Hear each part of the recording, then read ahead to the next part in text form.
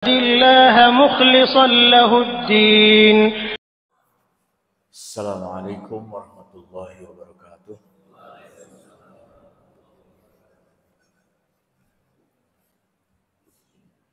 Alhamdulillahil malikil haqqil mubin alladzi habana bil imani wal yaqin. Asyhadu an la ilaha illallah wa asyhadu anna Muhammadan abduhu wa rasuluhu shadiqul wa'dil amin. Allahumma shalli wa sallim. Hari ini kita bisa bertemu, bersilaturahim. Kayaknya saya sudah 2 tahun ya. 2 tahun tidak pernah kesini sih, salah jadwal ya. Ikut sholat aja terus pulang. Baik, gini, saya ingin memulai kajian kita kali ini dengan sebuah kisah. Jadi konon katanya, dan ini pernah terjadi ya, di Amerika sana itu pernah ada orang yang ketika dia dioperasi, jadi seseorang itu masuk ke meja operasi, Bapak Ibu. Kalau masuk ke meja operasi kan otomatis dibius ya. Jadi kalau Bapak Ibu yang pernah dioperasi, tapi janganlah ya, kan dibius. Nah, jadi biusnya bius total. Kalau bius lokal masih bisa lihat, ini bius total. Jadi bius sama obat tidur Bapak Ibu itu 11-12 Pak. Jadi kalau Bapak minum obat tidur itu kayak dibius sama. Pas bangun pusing. Kenapa saya tahu? Karena saya minum obat tidur Pak. Jadi saya minum obat tidur, saya tidak bisa tidur 2 tahun. Tidak bisa tidur, maksud saya semalaman nggak bisa tidur gitu. Itu 2 tahun. Sekarang saya udah bisa tidur, tapi pakai obat tidur. Nah itu masalahnya. Jadi obat tidur itu kayak bius. Jadi orang yang susah tidur itu nggak bisa tidur aja. Nah, tapi kalau pakai obat, tiba-tiba tidur tanpa dia merasa ngantuk gitu. Bius juga kira-kira gitu kan. Masukin biusnya, tiba-tiba nggak tahu aja. Nggak mimpi apa-apa lagi kan gitu. Kadang-kadang kan gitu.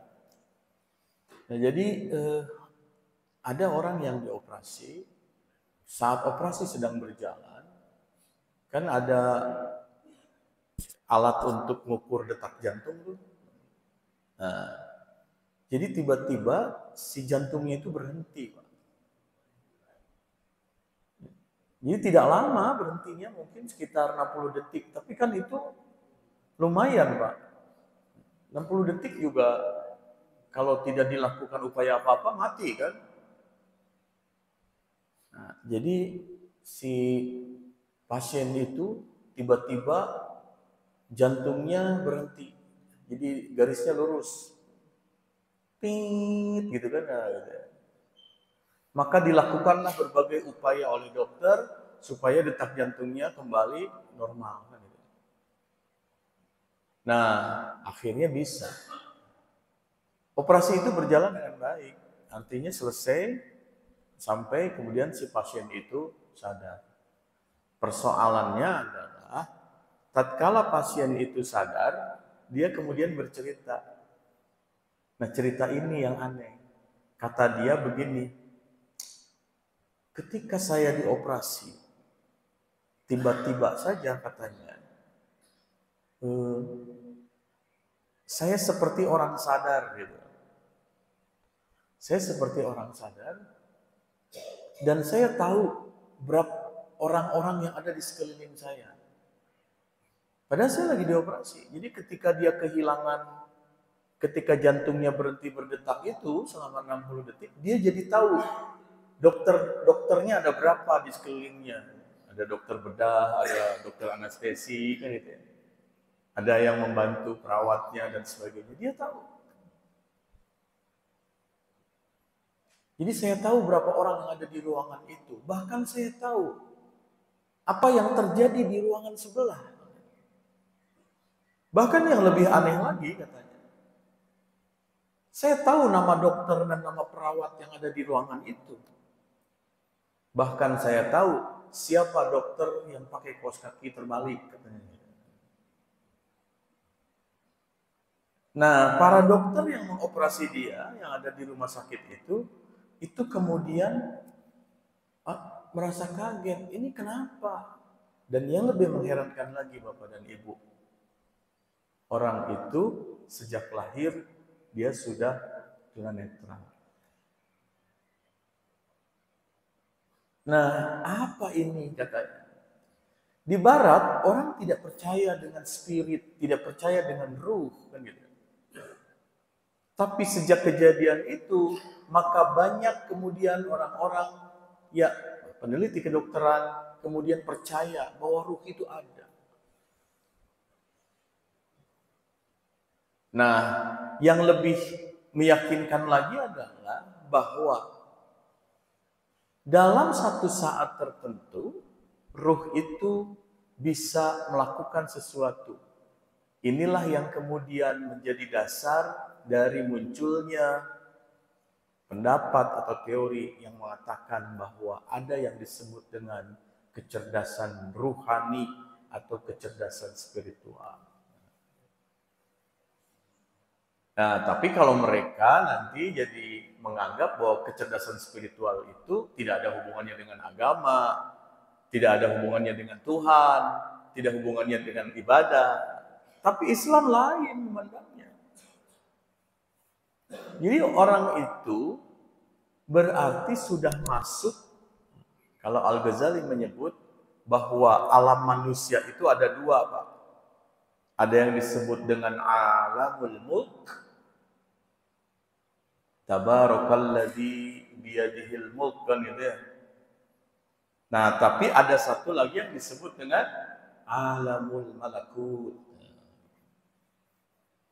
Alamul malakut itu alam ruh, alam ruh. Atau orang menyebutnya alamul ghuyub atau alamul ghaib. Berarti alam gaib. Nah, jadi tampaknya orang yang dioperasi tadi dia berpindah dari alamul mulk ke alamul malakut. Di Al-Quran sih disebut alamul malakut itu, misalnya di surat Al-A'raf 185. Awalam yanduru fi malakutis samawati wal ard wa ma khalaqallahu min syai'. Jadi apakah mereka tidak memperhatikan apa yang ada di malakutis samawati wal ard? Jadi ada mulk, ada malakut. Nah, jadi tampaknya orang tadi masuk ke alam malakut. Pertanyaan selanjutnya, kapan orang bisa masuk ke alam malakut?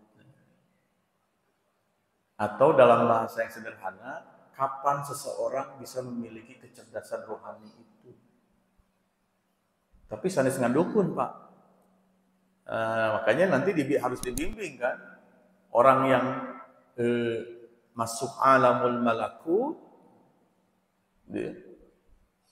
alam ruh, itu tidak bisa lepas dari bimbingan agama, bimbingan Al-Quran. Sebab kalau dia membimbing sendiri, ya nanti yang membimbingnya siapa? Juri kan gitu ya, setan. Dan itu yang terjadi dengan orang-orang yang mengaku dapat wahyu gitu ya. Kan di dalam Islam itu misalnya ada, atau di dalam sejarah kita, sejarah dunia, itu ada orang yang namanya Mirza Ghulam Ahmad gitu.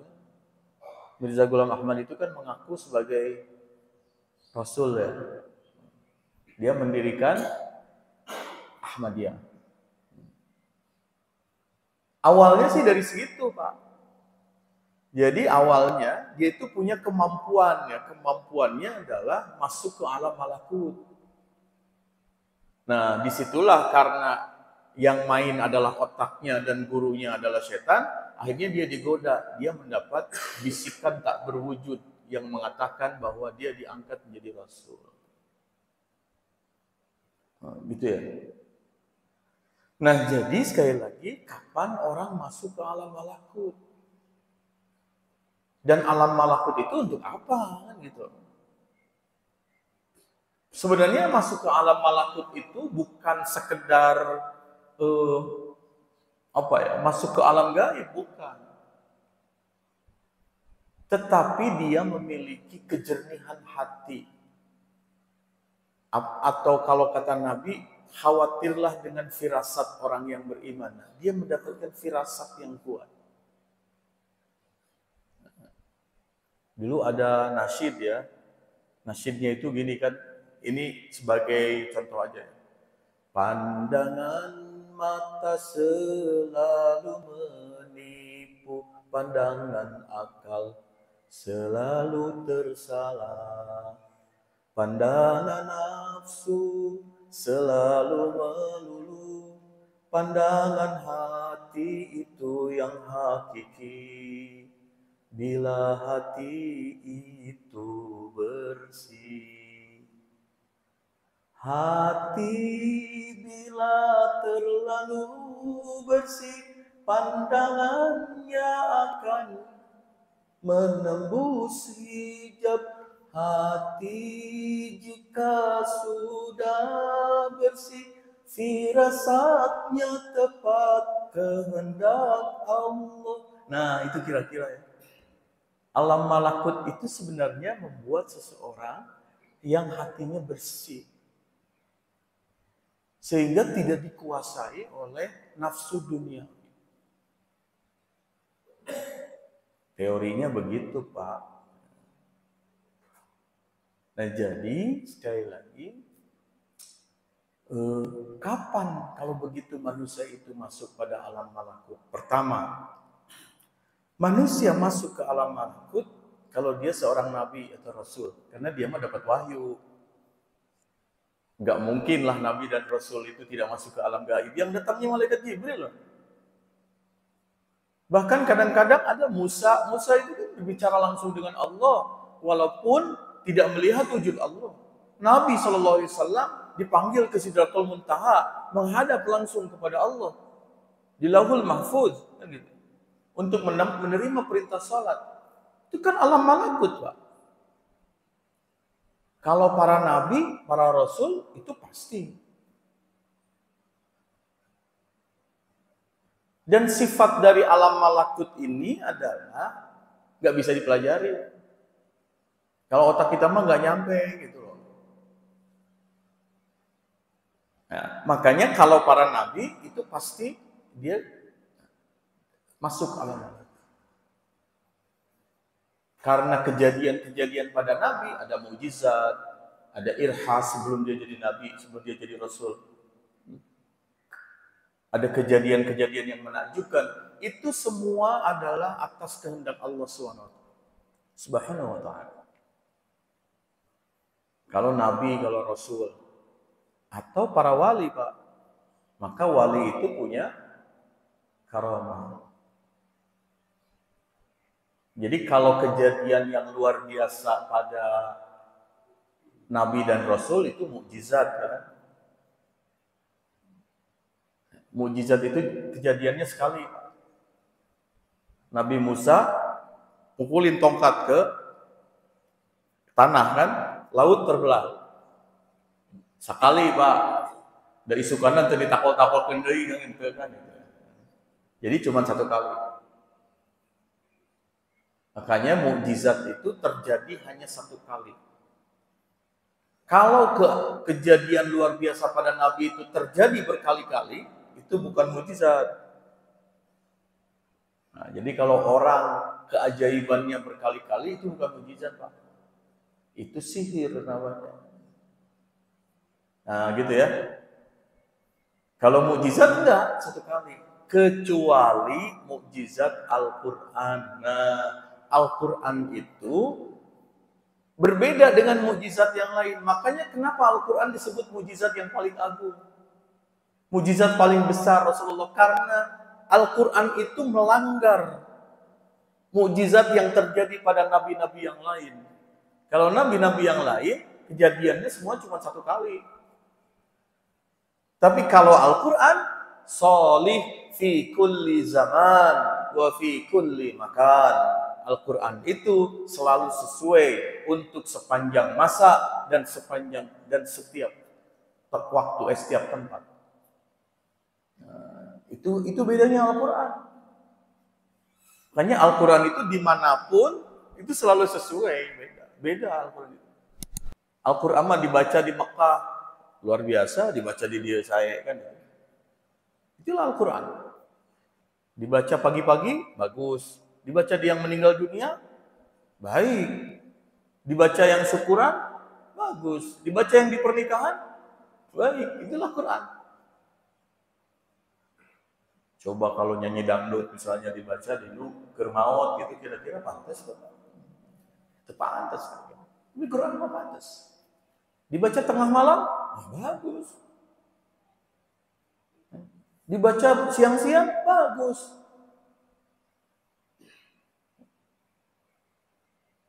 Tapi coba nyanyi keroncong gitu misalnya, tengah peting, nggak boleh, dicarikan batur.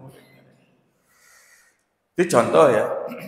Oke, jadi sekali lagi itu mukjizat. Tapi kalau para wali itu karomah.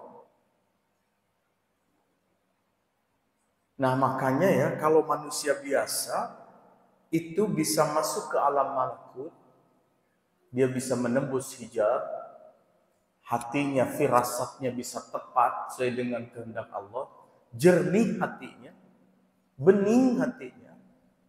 Itu kalau itu bisa terjadi pada nabi, pada rasul, pada wali dalam bentuk karomah. Nah, sifat dari mukjizat, karomah itu sifatnya mauhib. Mauhib itu berarti karunia Allah. Nggak bisa kita minta-minta. Makanya nanti ada tingkatannya, ada caranya. Oke. Nah, misalnya ya, di dalam Islam itu dikenal dengan ada orang yang oleh Allah langsung diberi ilmu. Tanpa belajar. Bisa nggak Pak? Ada nggak dalil yang mengatakan orang belajar orang dapat ilmu tanpa belajar? Ada Pak. Misalnya siapa? Khidir. Sebagian ulama mengatakan Khidir itu nabi. Tapi kalau Khidir masih hidup, setelah Rasulullah wafat, maka dia tidak mungkin nabi. Dia adalah wali. Nah, gitu cara berpikirnya begitu. Kan Rasulullah nabi terakhir. Penutup para nabi, khatamun nabiyyin wal mursalin. Penutupnya para nabi dan rasul. Jadi tidak mungkin ada nabi setelah Rasulullah wafat. Jadi kalau ada yang ngaku-ngaku nabi atau rasul, pasti bohong, Pak. Itu kisahnya terjadi pada siapa? Mendiang Lia Aminuddin ya. Lia Eden. Sanes Eden. Sudah meninggal dunia nih. Jadi ketika ditanya oleh hakim, dia diadili kan? Diadili karena apa? Karena penistaan agama, mengaku mendapat wahyu dari Jibril kan? Maka hakim nanya waktu sidang, benar Anda mendapatkan wahyu dari Jibril? Benar. Kalau bisa Anda mendatangkan Jibril ke sini? Bisa. Nah, gitu. Dengan yakin. Coba katanya datangkan Jibril di sidangnya. Oh, nunduk dia amin itu lama. Ya meureun 10 menit mah gitu. Hakim kan kesel merenya. Tiba-tiba dia amin berkata, "Mohon maaf Pak Hakim, Jibril tidak mau datang ke sini karena di sini banyak orang yang berdosa." Nah, bisa kan ngawadul kan gitu. Jadi tidak masuk akal.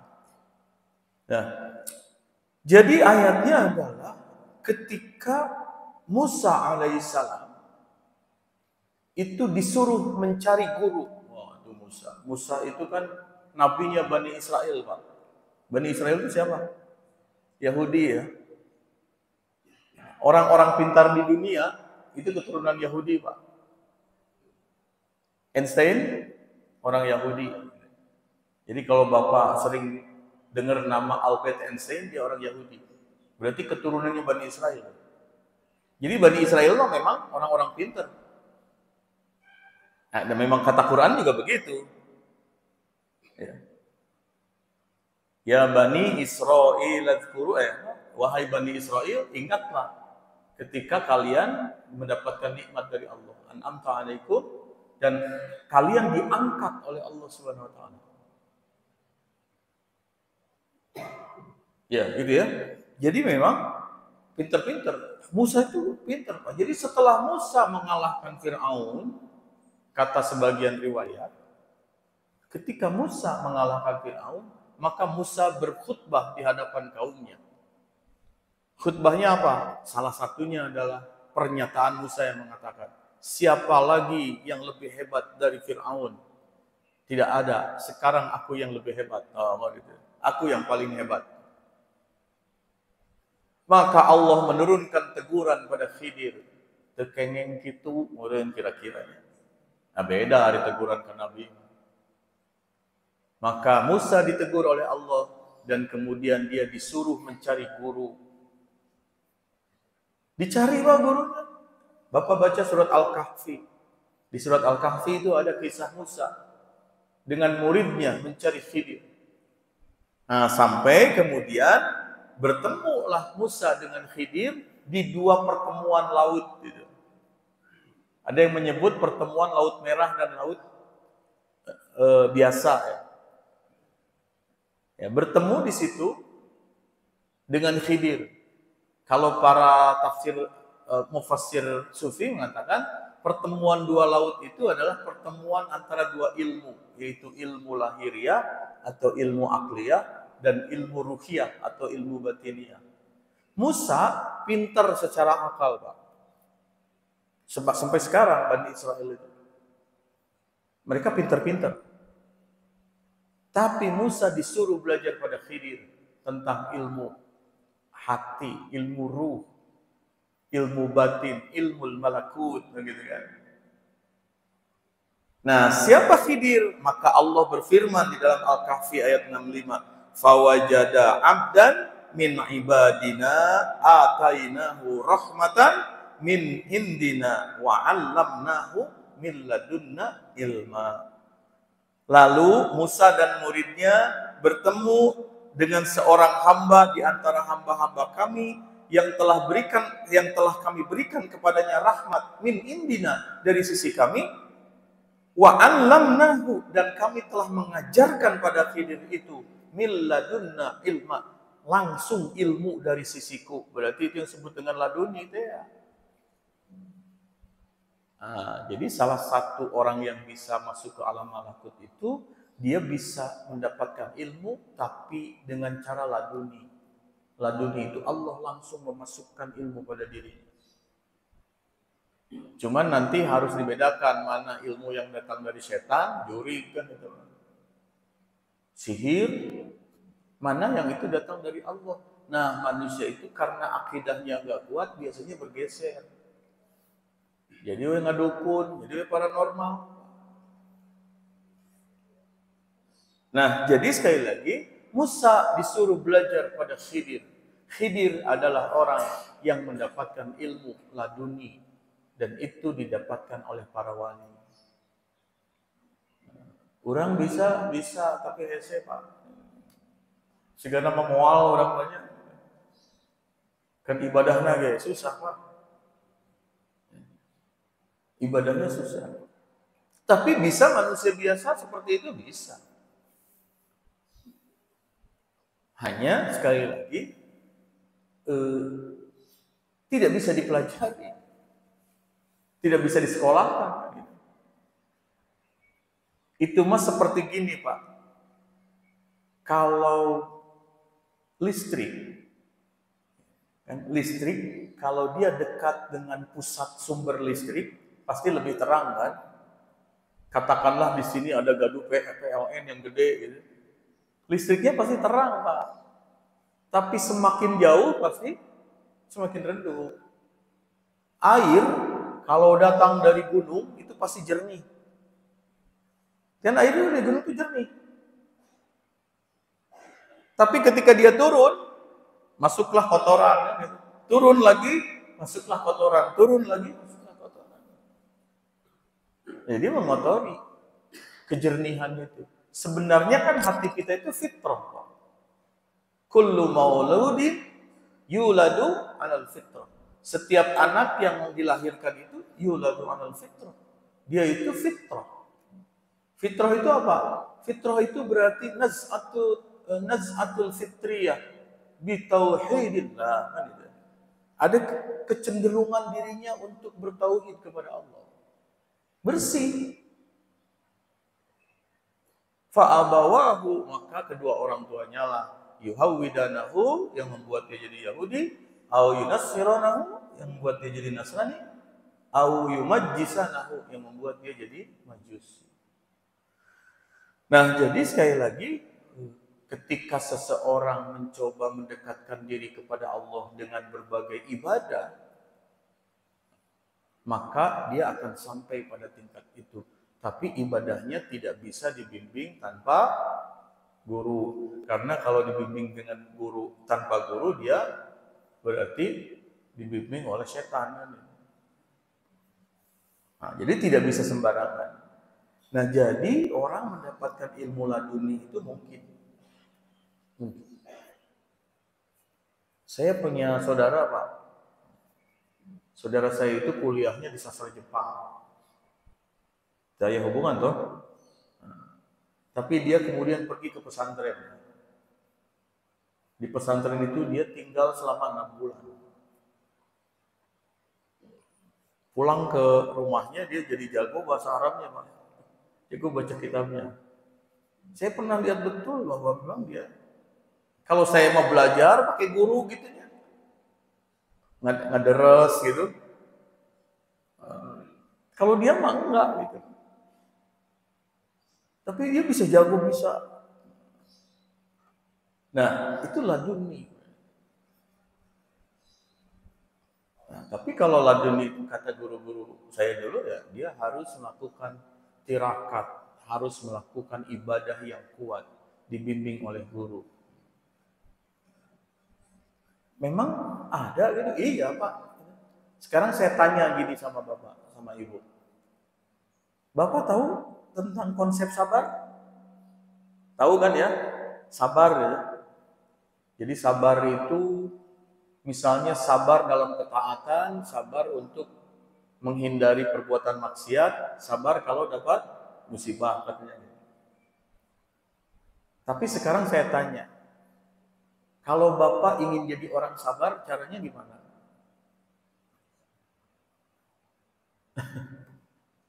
Gak ada, kan? Taunya konsepnya.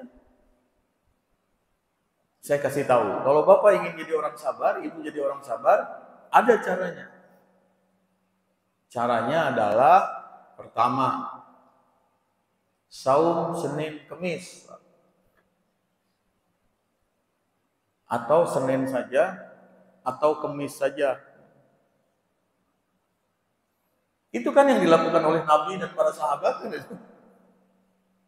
Saum itu menyebabkan seseorang bisa sampai pada derajat sabar. Tinggal liwe bulan puasa, Pak. Bulan puasa mah kan sadayana salabar, Pak. Ibu-ibu besok ambek-ambekan jadi sabar, Pak, bulan puasa. Ulah ambek-ambekan ke puasa ya. Kayak we sawal rek ambek-ambekan mah. Sabar, karena puasa itu menyebabkan seorang bersabar. Satu kan gitu. Yang kedua, berusahalah untuk sholat berjamaah di masjid atau sholat di awal waktu. 2. Bukankah itu ajaran Nabi? Ya. Ketika Nabi ditanya, ya Rasulullah, apakah amal yang paling utama? Kata Nabi adalah as-salatu fi awwali waqtiha. Kan itu. Jadi sholat di awal waktu. Jadi kalau Bapak bisa mempertahankan sholat di awal waktu berjamaah, kalau ibu-ibu mah sholat di awal waktu, kemudian saum Senin Kemis, terus yang ketiga saum Senin Kemis atau Senin aja atau Kemis aja boleh. Dan yang ketiga adalah tidak meninggalkan sholat rawatib. Tilu wepa eta lakukan selama 40 hari. Bapak sudah jadi orang sabar.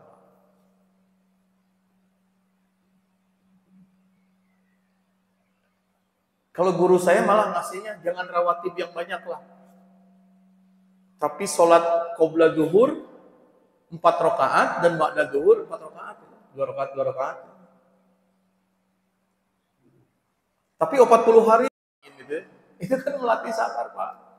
Persoalan apakah hadisnya sahih atau dhaif enggak masalah. Tapi kita nyari arba'in kan 40 hari. Di sini juga kita bisa 40. Kenapa harus 40 hari? Sebab di Quran yang disebut itu 40 hari. So, di Al-Baqarah nanti ada ayat yang mengatakan Musa dipanggil oleh Allah Subhanahu wa taala ke Bukit Tur Sina arba'ina lailatan. Selama 40 hari. Bapak-bapak mah jadi heureuy 40 hari mah kalau ibu sudah melahirkan 40 hari. Eta mah murak namanya kan itu. Jadi 40 hari. Jadi angka 40 itu disebut dalam Quran. 40 hari, arba'ina lailatan.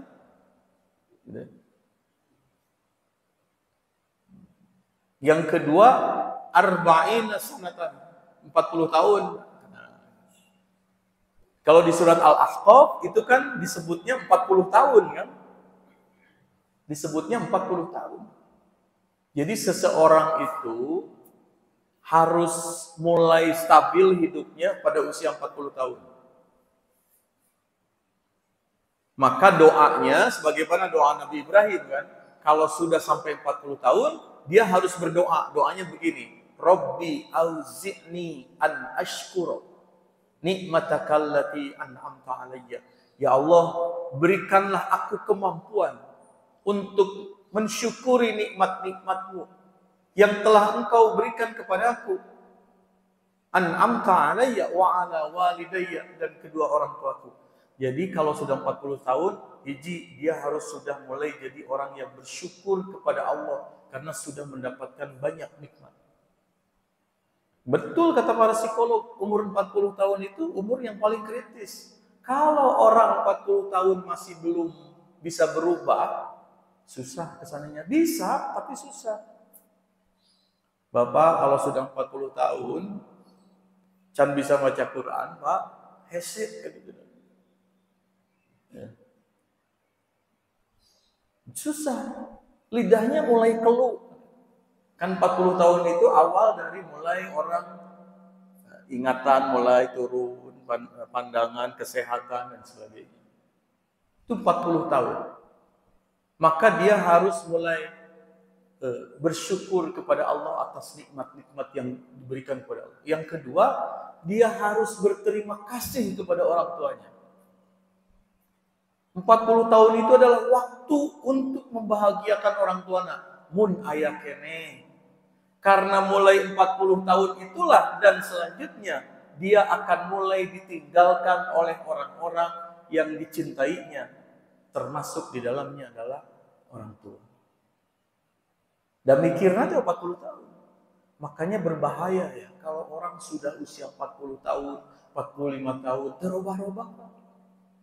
Perubahan ibadah itu maksudnya. Kitu we hirupna teh. Susah, Pak. Kalau orang sudah 40 tahun, karakternya itu sudah menetap. Sifatnya sudah, kalau tukang ngarahul. Gitu.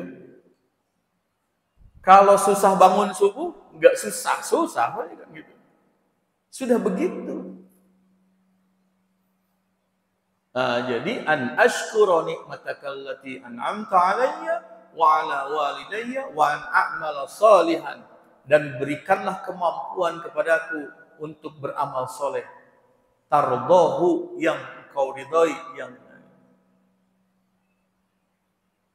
wa inni wa aslih li fi dzurriyyati. Nah ini jadi hiji ya, satu mampu bersyukur atas nikmat Allah, yang kedua berterima kasih pada kedua orang tua, yang ketiga banyak beramal soleh, yang keempat sudah mulai berdoa minta keturunan yang soleh. Wa aslih li fi dzurriyyati. Yang keempat. Jadi kalau kita sudah 40 tahun, maka mulailah berdoa kepada Allah untuk anak-anak kita supaya jadi anak-anak yang soleh. Bukan anak-anak yang sukses, Pak. Bukan anak-anak yang kaya, bukan. Kenapa? Sudah tidak bermakna. Bapak, ibu punya anak, sukses, kaya, jabatannya tinggi. Apakah itu akan menolong kita nanti di akhirat? Demi Allah tidak. Yang nolong kita apa? Doanya. Waladin atau waladun salihun yad'ulah. Kan ada 3. Kalau idza mata ibnu Adam in qata'a amaluhu illa min salasin. Apabila mati anak Adam, maka terputuslah seluruh amalnya kecuali 3 perkara. Shadaqatin jariyatin, yang pertama sedekah jariyah. Jadi sedekah jariyah itu sedekah yang terus-menerus. Bapak ibu ikut ngebangun masjid, bapak dan ibu ikut memperbaiki jalan, sedekatin jariyah. Yang kedua, ilmin yuntafa'u bihi, ilmu yang bermanfaat. Dan yang ketiga, waladin sholihin yad'ulah, anak soleh yang mendoakan. Jadi yang ditunggu kita kalau kita sudah mati apa Pak? Bu? Doa. Saya kalau sudah mati pasti nunggu doa anak saya. Kata Ibnu Qayyim, setiap hari ruh itu menunggu. Menunggu apa? Menunggu doa dari anak-anak keturunannya. Yang saya takutkan adalah tatkala saya mati, tidak satu pun anak saya dan keturunan saya yang mendoakan saya datang arti teh. Nah, jadi sekali lagi 40 tahun itu disebut dalam Al-Quran. Makanya 40 itu selalu ya, udah itu 40 hari, 40 tahun. Nabi diangkat jadi Rasul 40 tahun, Pak. Nikahnya mah bener 25 tahun. Tapi kan diangkat jadi Rasulnya 40 tahun. Jadi 40 tahun, 40 hari. Nah, Bapak, Ibu yang belum usia 40 tahun, siap-siap Pak. Siap-siap segera mengubah diri. Wa aslih li fi dzurriyyati wa inni tubtu ilaika. Sesungguhnya aku bertaubat kepadamu atau kembali kepadamu. Wa inni minal muslimin, dan sesungguhnya aku adalah dari golongan orang-orang yang berserah diri. Jadi kudu buru-buru taubat kami pada 40 tahun. Sebelum terlambat tos 40 tahun mah hese. Sudah apa ya? Sudah jadi karakter dirinya gitu. Jadi 40. Jadi Bapak Ibu kalau mau belajar sabar, tadi lakukan 1, puasa Senin Kemis, Senin saja atau Kemis saja. 2, sholat berjamaah di awal waktu, terutama pada waktu-waktu sibuk, Pak. Waktu sibuk itu kapan? Zuhur, Pak. Zuhur teh panghoream-horeamna gitu. Karagok gitu. Subuh mah bisa ada Bapak naon alasanna subuh paling keberangan gitu. Subuh mah maghrib aya alasan baru pulang. Lohor naon alasanna sibuk, Pak. Nah, terutama waktu-waktu sibuk zuhur. Kalau kita lihat ayat Al-Qur'an disebut 2 lagi kan. Yang sekian kedua ya subuh. Subuh itu disebutnya Quran Fajar. Quran Fajar itu disaksikan malaikat. Gitu. Aqimis salata liduluki syamsi ila ghasaqil laili wa Quran al-fajr. Inna Quran al-fajri kana mashhuda. Sesungguhnya Quran Fajar itu, subuh itu disaksikan oleh malaikat. Kata Ibnu Katsir di dalam tafsirnya, itu adalah pergantian malaikat siang dan pergantian malaikat malam dengan malaikat siang. Pada saat itulah tatkala orang-orang sedang salat subuh, malaikat berdoa untuk orang-orang yang bangun pada waktu subuh untuk salat itu. Baik ampunannya, meminta ampun kepada Allah, maupun rizkinya. Makanya kalau kata orang tua kita dulu, tong sarede ke sholat subuh kan gitu ya. Bisi hese rizki, itu bener Pak. Ya orang mah tunduh, pentingnya nonton sepak bola gitu, yang eleh di Indonesia aja. Ya, subuh kaburangan nih kan gitu. Nah gitu ya. Jadi sekali lagi, itu yang kedua ya. Jadi selama 40 hari. Yang ketiga, salat rawatib. Salat rawatib, jangan lepas salat rawatib. Lakukan itu 40 hari. Puasa Ramadan aja 30 hari, Pak. Puasa Ramadan 30 hari. Harusnya sih jadi, harusnya. Kalau dengan puasa Ramadan itu harusnya sudah mendekati. Makanya kenapa kemudian Nabi sunnahnya setelah puasa Ramadan itu puasa Syawal gitu. 6 hari kan. Itu mendekati. Nah, jadi sekali lagi kalau mau belajar sabar, artinya orang kalau mau sampai pada tingkatan jadi orang sabar, ya harus tirakat juga. Itu baru yang wajib-wajibnya ditambah yang sunnah. Nah, nanti belum yang lain-lainnya. Itu baru itu ya, baru gambaran gimana caranya orang jadi sabar gitu. Nah, kalau gimana orang supaya jadi hatinya bersih gitu. Sebagaimana firman Allah dalam Al-Qur'an kan, wala tukhzini yauma yub'atsun yauma la yanfa'u malu wala banun illa man atallaha biqalbin salim. Nah, itu. Wala tukhzini yauma yub'atsun. Janganlah engkau menghinakan aku pada hari kebangkitan. Yauma la yanfa'u malu wala banun, yaitu hari tatkala tidak bermanfaat yang namanya harta dan keturunan. Illa man atallaha biqalbin salim, kecuali orang-orang yang datang menghadap Allah dengan hati yang bersih. Ya Pak, itu dalilnya berarti. Oke. Jadi orang bisa berhati bersih sampai pada tingkat sabar. Tapi dia harus berusaha beribadah mendekatkan diri kepada Allah Subhanahu wa taala. Persoalannya adalah seringkali kita terlalu banyak disibukkan dengan urusan dunia. Akhirat mah sesa, Pak. Ya. Bapak ngaji khusus memang ngaji atau waktu sisa? Waktu sisa. Kalau anak muda diajak ngaji, dah itu. Engke we geus kolot ngaji mah. Di sini kebanyakan umur 20 tahun atau umur 50 tahun, Pak. Berarti geus karolot dan sesa teh ya. Umur sisa berarti kan gitu ya. Sisa ti Allah, abailah untungnya aya kene gitu sisa oge. Tapi tidak mengkhususkan diri. Saya kira kesalahan pendidikan kita itu adalah salah satunya itu.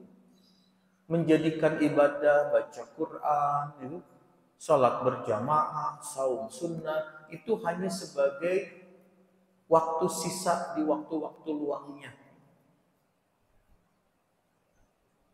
Kan anak-anak sekarang lebih banyak apa ya? Buka HP kali ya. Ya urang oge ketang. Kalau baca Quran, ada waktu khusus enggak? Enggak.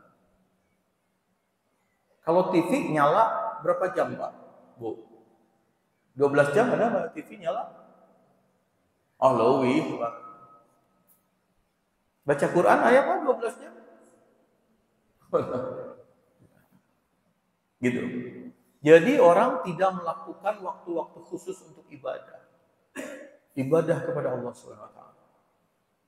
Terutama yang dilakukan adalah ibadah pada waktu malam. Baik, yang kedua, kapan seseorang itu bisa masuk pada alam malakut? Pada saat dia tidur. Makanya ada mimpi, Pak. Mimpi itu jangan dianggap remeh, Pak. Mimpi itu memang ada mimpi yang bunga tidur. Kalau Bapak diudag-udag jurig, nah itu mimpi bunga tidur. Dan jurig buat ayah. Tapi kalau Bapak mimpi bertemu dengan seseorang, misalnya kita mimpi bertemu dengan ayah kita yang sudah meninggal dunia, atau ibu kita yang sudah meninggal dunia, kemungkinan itu benar. Bukan bunga tidur. Nah, memang kalau Ibnu Qayyim di dalam kitabnya Ar-Ruh itu menceritakan bahwa orang-orang yang sudah meninggal itu kadang-kadang hadir pada mimpi kita. Cara menghadirkannya gimana? Kalau kita ingin bertemu dengan Nabi, maka caranya gimana, Pak? Perbanyak salawat kepada Nabi. Kita makan selalu menganggap salawat itu ya tidak penting kan? Perbanyak salawat pada Nabi. Makanya di dalam riwayat-riwayat itu, kalau datang hari Jumat, ada dua ibadah yang disunnahkan. Satu, banyak-banyak istighfar. Selain baca Quran ya. Kalau baca Quran, sebagian menganggap membaca surat Yasin kan. Ditambah membaca surat Al-Kahfi. Dua. Nah, sedangkan yang selanjutnya adalah banyak-banyak istighfar. Dan yang ketiga adalah banyak-banyak bersolawat kepada Rasulullah SAW. Ada Pak. Seseorang itu akan sampai pada tingkat kebahagiaan, kata Al-Ghazali, itu yang pertama, qillatun naum, sedikit tidur. Wa qillatul aqli, sedikit makan. Wa kasratu salawat. Nah, dan memperbanyak salawat kepada Nabi sallallahu alaihi wasallam. Nuhun ta ayat.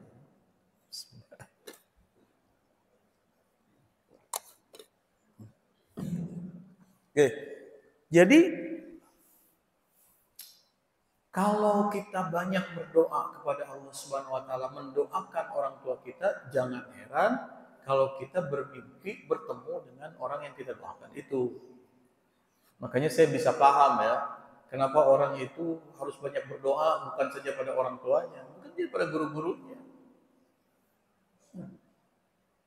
Mungkin orang tidak percaya dengan itu, gitu. Tapi itu benar. Mangga dibaca ya kitab Ar-Ruhnya Ibnu Qayyim Al-Jauziyah. Dan yang menarik kan Ibnu Qayyim Al-Jauziyah itu menulisnya begini. Ketika saya akan menulis kitab ini, saya merasa ragu karena khawatir apa yang saya sampaikan dalam kitab ini itu banyak dikritik oleh orang lain. Tapi dengan keyakinan kepada Allah Subhanahu wa taala, maka saya menulis kitab Ruh ini.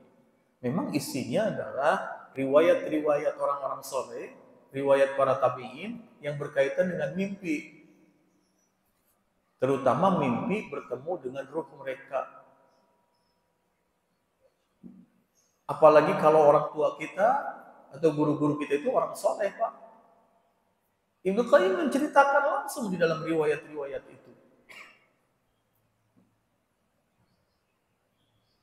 Nah, kemudian kan ada kebiasaan kita. Kalau malam Jumat itu ada mendoakan orang tua kita, itu benar, Pak. Para tabi'in itu melakukan itu. Kenapa katanya harus malam Jumat gitu? Kenapa harus malam Jumat itu hari Jumat? Kenapa harus hari Jumat? Kenapa tidak hari Senin? Kenapa tidak hari Rabu? Karena Jumat itu adalah Sayyidul Ayyam, rajanya hari.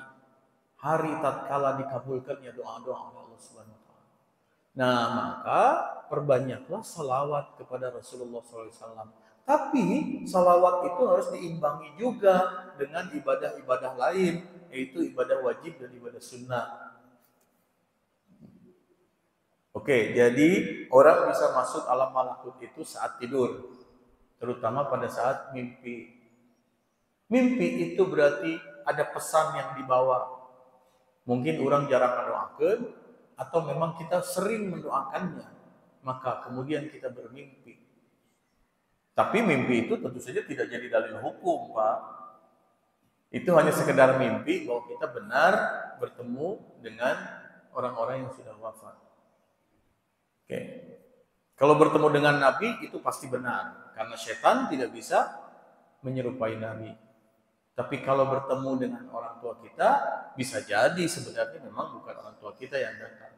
Tetapi kemungkinan datang juga bisa saja karena kita mendoakannya secara terus-menerus atau ada pesan yang ingin disampaikannya. Jadi sanes kasurupan, Pak. Tidak ayah kasurupan, Pak. Tapi mimpi. Dan itu tidak bisa jadi hukum. Misalnya ada orang yang mengatakan begini, saya dapat mimpi bahwa saya harus nambah sholat. Gitu. Terus sholat subuh, nah berarti kan ya nggak bisa jadi hukum.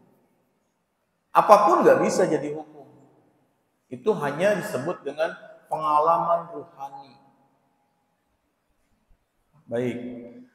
Yang ketiga, kapan orang masuk ke alam malakut? Setelah meninggal dunia. Bapak, Ibu, kalau sudah meninggal dunia, maka kata Quran kan gitu ya. Kuntu fi ghaflatin min hadza fakashafna anka ghita'aka fabasarukal yauma hadid. Sesungguhnya kamu berada dalam keadaan lalai waktu di dunia, maka kami singkap daripadamu tutup yang menutup matamu. Itu di hari akhirat.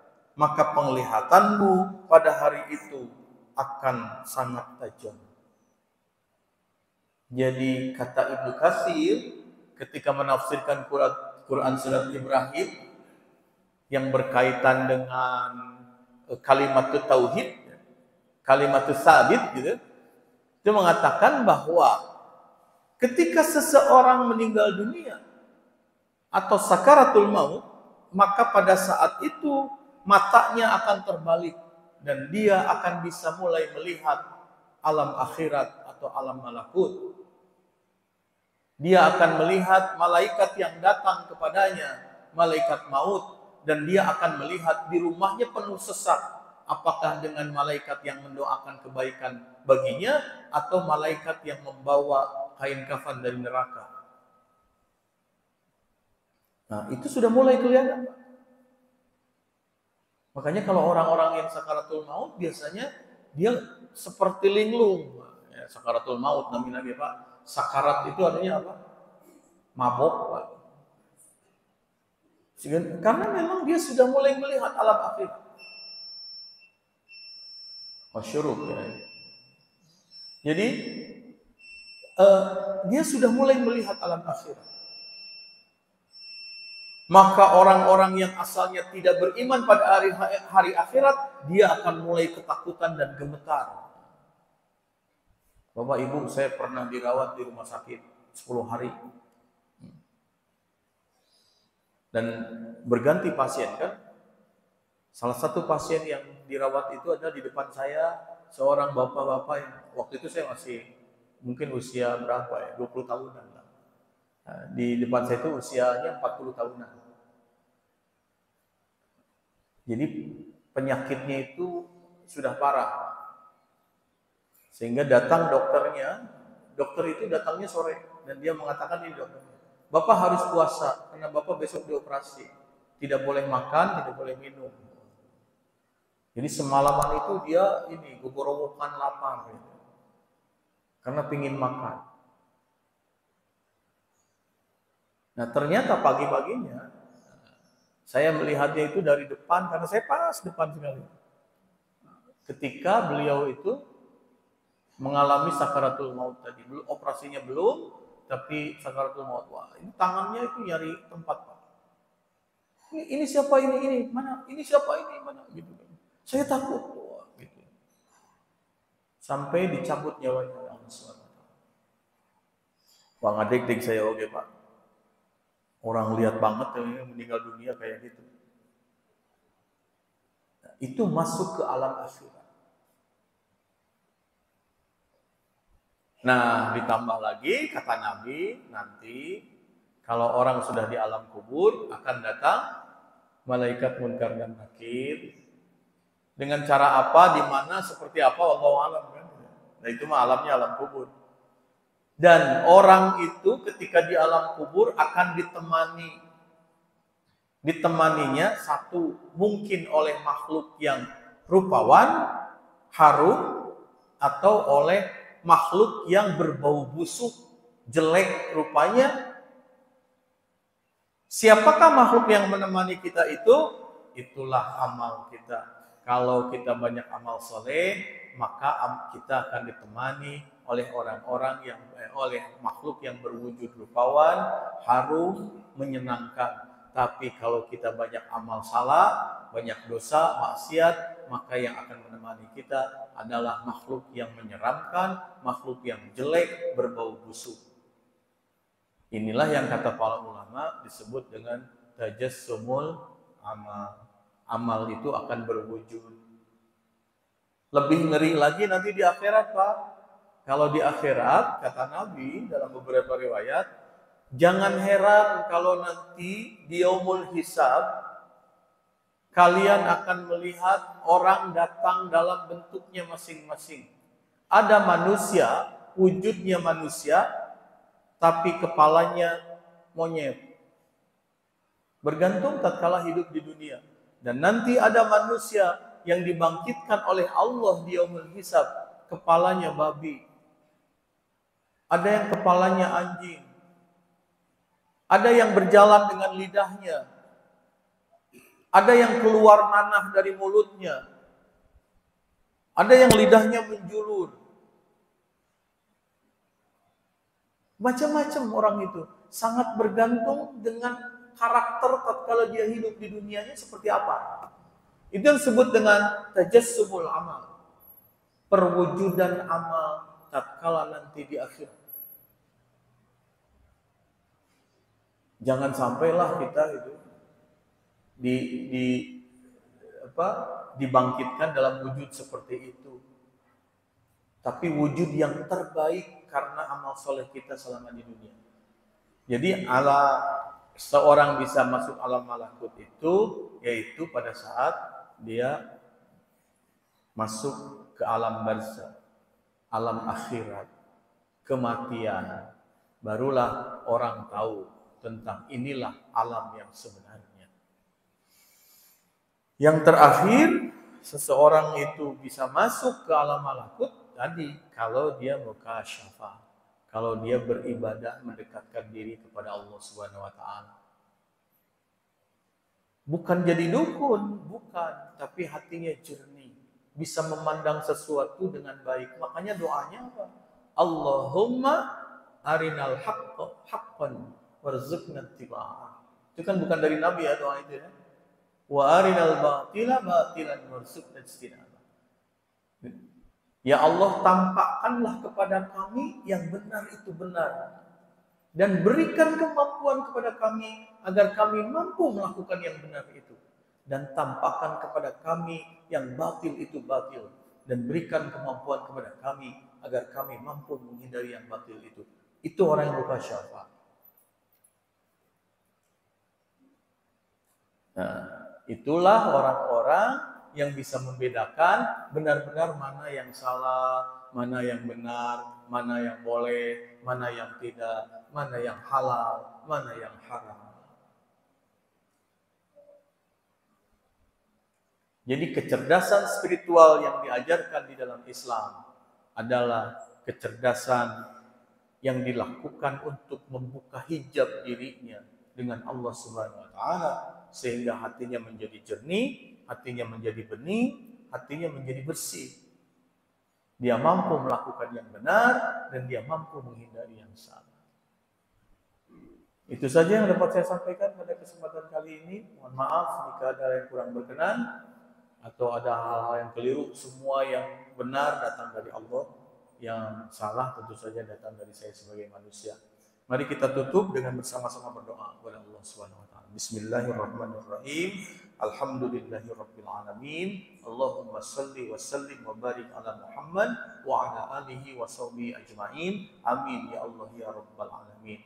Allahumma nawwir qulubana bin nuri hidayatik kama nawwartal arda bin nuri syamsika abadan abada. Ya Allah, cahayai hati kami dengan cahaya hidayah-Mu, seperti Engkau cahayai bumi ini dengan sinar matahari-Mu selama-lamanya ya Allah, selama-lamanya.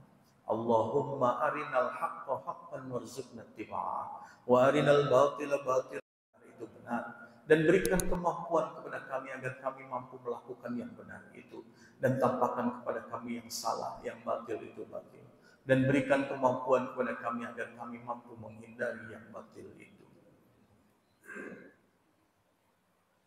Rabbana auzi'na an nashkura ni'mataka allati an'amta 'alaina wa 'ala walidayna wa an na'mala salihan tardahu wa aslih lana fi dhurriyyatina wa aslih lana fi dhurriyyatina wa aslih lana fi dhurriyyatina wa inna tubna ilaika wa inna minal muslimin. Rabbana hab lana min azwajina wa dhurriyyatina qurrata a'yun waj'alna lil muttaqina imama. Allahumma inna nas'aluka imanan kamila. Ya Allah, kami memohon kepadamu iman yang sempurna, wa ilman nafi'a, ilmu yang bermanfaat, wa amalan salihan mutaqabbala, amal saleh yang diterima, wa du'aan mustajaba, doa yang diijabah, wa rizqan wasi'an halalan thayyiba, rezeki yang lapang, yang halal dan yang baik. Waj'alna min ibadikas sabirin, jadikan kami hamba-hambamu yang sanggup bersabar ya Allah. Waj'alna min ibadikas syakirin, jadikan kami hamba-hambamu yang sanggup bersyukur ya Allah. Waj'alna min ibadikal alimin, jadikan kami hamba-hambamu yang haus dengan ilmumu ya Allah. Waj'alna min ibadikal amilin, jadikan kami hamba-hambamu yang senang beramal saleh. Rabbana taqabbal minna innaka antas samiul alim wa tub alaina innaka antat tawwabur rahim. Rabbana atina fid dunya hasanah wa fil akhirati hasanah wa qina adzabannar. Subhana rabbika rabbil izzati amma yasifun, wassalamun alal mursalin walhamdulillahi rabbil alamin. Terima kasih atas segala perhatian, mohon maaf atas segala kekurangan. Aqulu qouli hadza wa astaghfirullah li wa lakum. Wassalamu alaikum warahmatullahi wabarakatuh. لله مخلصا له الدين